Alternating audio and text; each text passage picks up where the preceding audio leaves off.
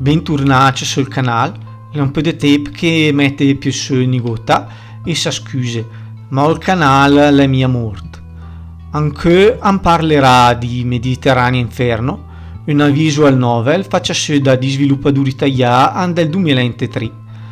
La storia la conta su da triculandra milanese Claudio, Andrea e Mida, che va su Enteronia subito dopo il Covid a fare ferie. La pandemia però l'ha cambiato i personaggi, che adesso è in cerca di una maniera per salvare la sua amicizia e fa i conti con quel che lei veste di persone adulte. In questo discorso la Sameddit Madame, una entità che la promette a ognuno di loro la possibilità di raggiungere il paradiso.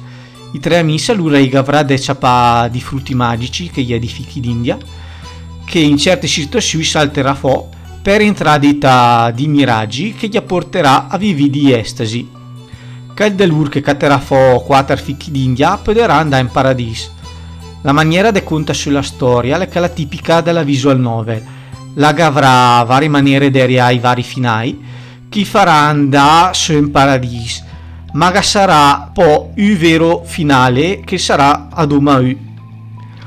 Il giocatore dovrà rifare almeno una volta la storia per arrivare al finale che vuole sviluppare.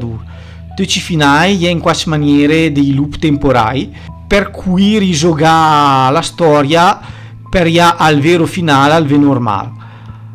Il fatto del giocatore della storia, come in tutti i visual novel, è limitata a scelte che sa può fare di dialoghi e a poche robe che sa può fare dei miraggi. Per andare dei miraggi per alcune interazioni bisognerà spendere di punch che gli andrà su col passato ogni dettaglio del gioco.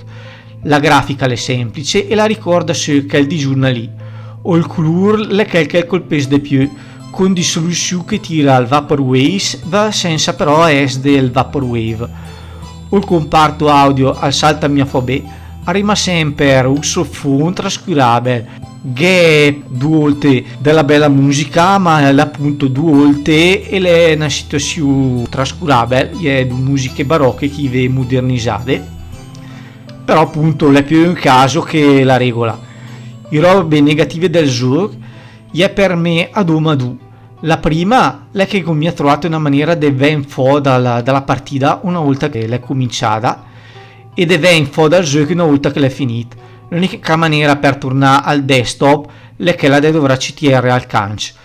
La seconda è che la deve andare la trama, calcoli che praticamente ho platinato il zoom, manca doma un achievement, però tutto il resto faccio.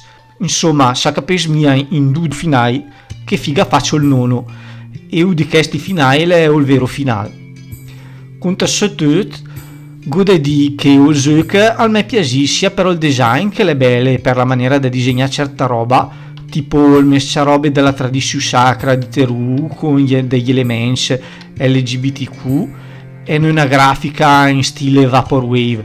Si è trovato una storia che mette in scena di tematiche adulte con di temi che mi ha doma pensare per il pubblico medio di scettorleccian dell'età nella stupidera.